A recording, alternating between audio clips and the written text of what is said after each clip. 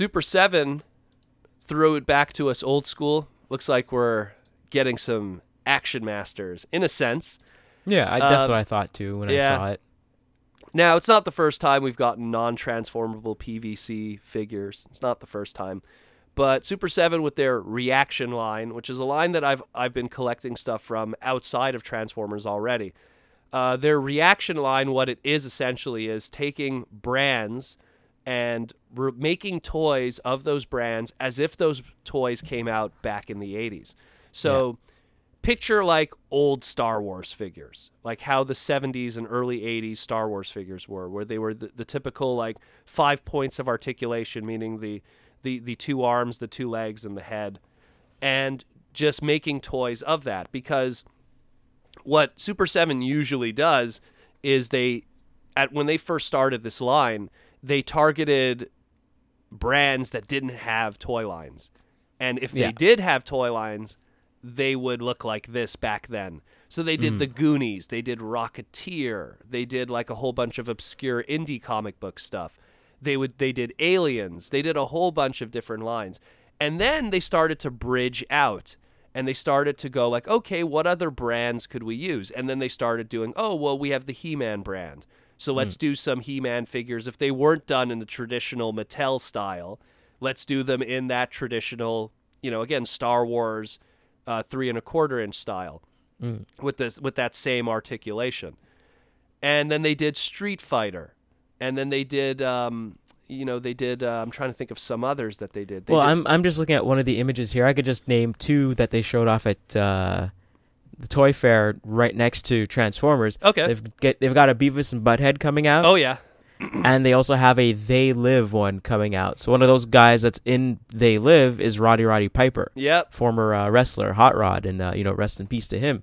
And they look pretty interesting, but they're all in gray. The Beavis and Butthead ones aren't in grayscale. Like, they aren't in a gray prototype form, but the other ones are the They Live one. So you yourself can get a Keith David ReAction action figure from They Live, probably. Yeah. I would like to see that, but it's probably going to be Keith David, Roddy Piper. It's probably going to come with little glasses, and it's going to have probably one of the aliens when they're seen with the glasses on, pretty much. Yeah, I could see. Yeah, I could totally see that. Anyone who knows They Live, it was a pretty iconic. I guess we'll call it a horror suspense movie, and it pretty much put horror both drama. I guess more drama. I don't think it was more horror. It was more like I would say more so drama. It was more of a political statement too. Yeah. If anything, they were trying to say like, the world is run by like a mysterious faction. Well, yeah, it was more about consumerism and capitalism and et cetera, et cetera, et cetera. And it was also one of those movies that, despite those two individuals having their own success in their own industries, especially like Rowdy, who was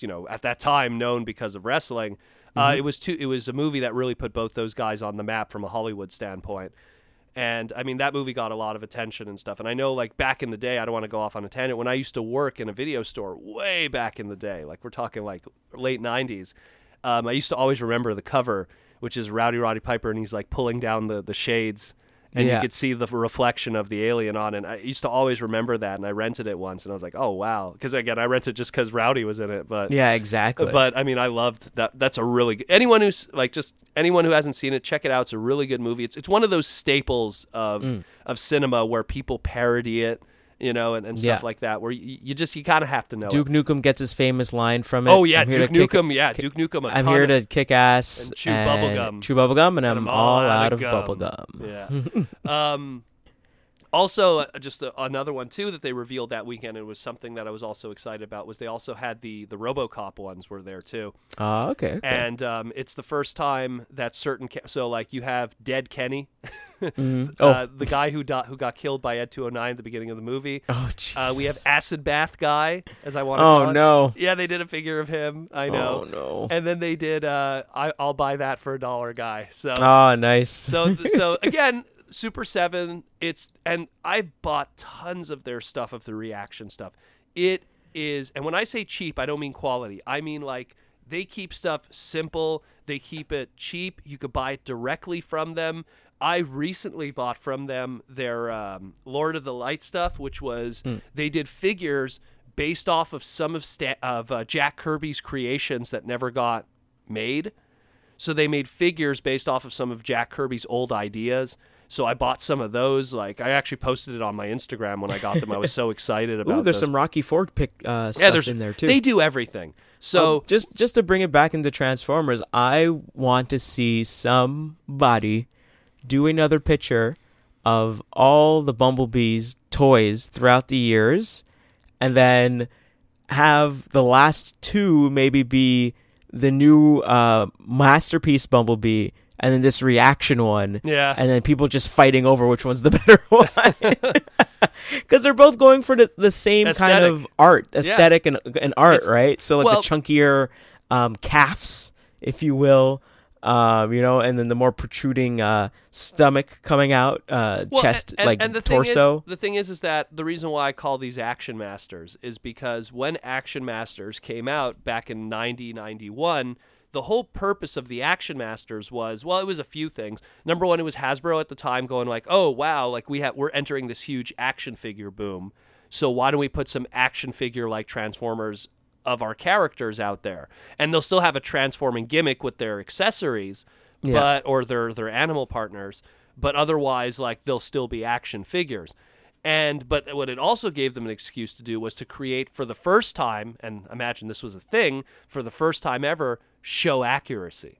So you had didn't even think about that. Okay. Like you had like a Jazz that didn't have the wings on his back, because in the show he had his he didn't have his car wings sticking out. It was the Flerodiri design where a lot of that kind of stuff got tucked away. It was just there. You had a Bumblebee that, we had the Pretender shell one that kind of had the proper face, but it was the first time we had one based off of the Flerodiri design. And then you keep going, like the Soundwave, the Starscream. There was little color differences here and there. Hell, the Megatron. The Megatron, if you look at the original Generation 1 Megatron and how he looked, it didn't look like the show model. So we had a Megatron that really looked like the show model. So we had a lot of that. And that's kind of what Action Master was also in a lot of different ways, was show accuracy. You then kind of add in like, the accessory stuff and the gimmicks that they built around it to justify the Transformer brand on it, and that's fine.